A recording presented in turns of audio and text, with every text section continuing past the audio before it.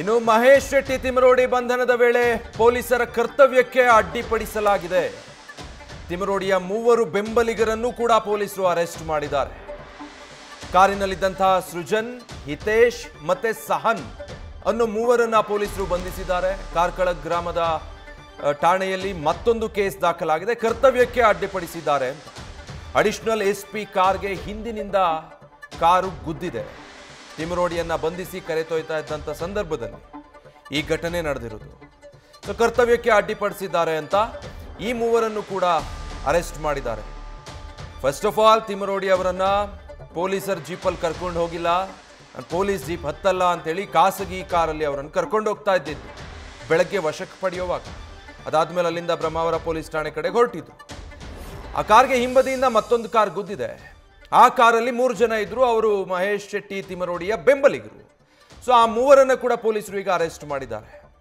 ಪೊಲೀಸರು ಮಹೇಶ್ ಶೆಟ್ಟಿ ತಿಮರೋಡಿಯನ್ನ ವಶಕ್ಕೆ ಪಡಿಬೇಕಾದ್ರೆ ದೊಡ್ಡ ಹೈಡ್ರಾಮಾ ನಡೆದಿತ್ತು. ಡೀಟೇಲ್ಸ್ ಕೊಡ್ತಾರೆ ನಮ್ಮ ಉಡುಪಿಯ ಪ್ರತಿನಿಧಿ ಪರೀಕ್ಷಿತ್.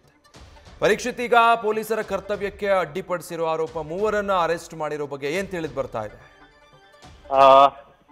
ಸದ್ಯಕ್ಕೆ ಕಾರ್ಕಳದಲ್ಲಿ ಯಾವಾಗ ಮಹೇಶ್ ಶೆಟ್ಟಿ ತಿಮರೋಡಿ ಆಗಮಿಸ್ತಾ ಇದ್ರು ಸಂದರ್ಭದಲ್ಲಿ ಒಂದಷ್ಟು ಅವರ ಬೆಂಬಲಿಗರು ಕಾರನ್ನ ಅಂದ್ರೆ ತಿಮರೋಡಿ ಇದ್ದಂತಹ ಕಾರನ್ನ ಫಾಲೋ ಮಾಡ್ತಾ ಇತ್ತು.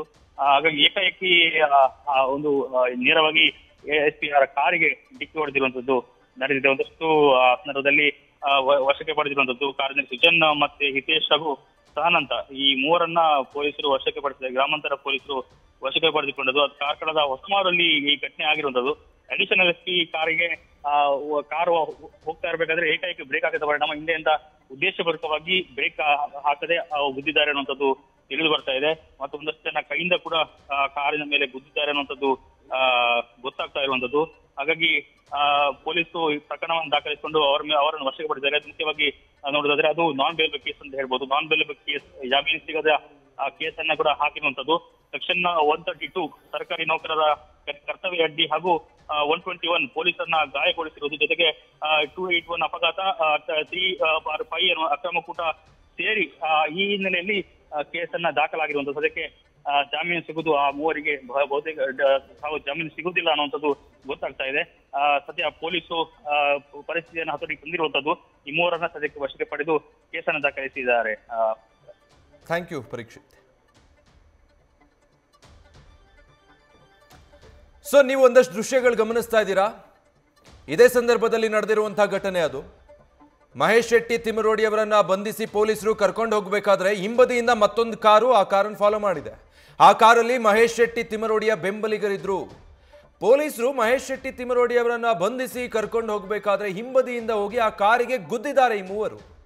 ಆ ಮೂಲಕ ಕರ್ತವ್ಯಕ್ಕೆ ಅಡ್ಡಿಪಡಿಸಿದ್ದಾರೆ.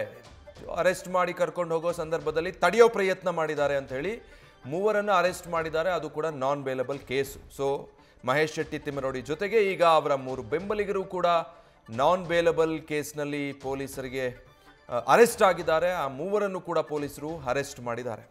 ಇವತ್ತು ಬೆಳಗ್ಗೆ ಉಜಿರೆಯಲ್ಲಿದ್ದಂಥ ಅವರ ನಿವಾಸಕ್ಕೆ ಪೊಲೀಸರು ತೆರಳಿದ ಕ್ಷಣದಿಂದಾನೇ ಸಾಕಷ್ಟು ಹೈಡ್ರಾಮಾಗಳಿಗೆ ಆ ಸ್ಥಳ ಸಾಕ್ಷಿಯಾಯಿತು.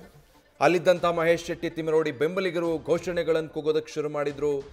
ಪೊಲೀಸರ ಕರ್ತವ್ಯಕ್ಕೆ ಅಡ್ಡಿಪಡಿಸೋದು ಅಥವಾ ಮಹೇಶ್ ಶೆಟ್ಟಿ ತಿಮರೋಡಿ ಅವರನ್ನು ವಶಕ್ಕೆ ಪಡೆಯುವಂಥ ಪ್ರಕ್ರಿಯೆ ಏನಿತ್ತು ಅದಕ್ಕೆ ವಿರೋಧ ವ್ಯಕ್ತಪಡಿಸ್ತಾ ಇದ್ರು.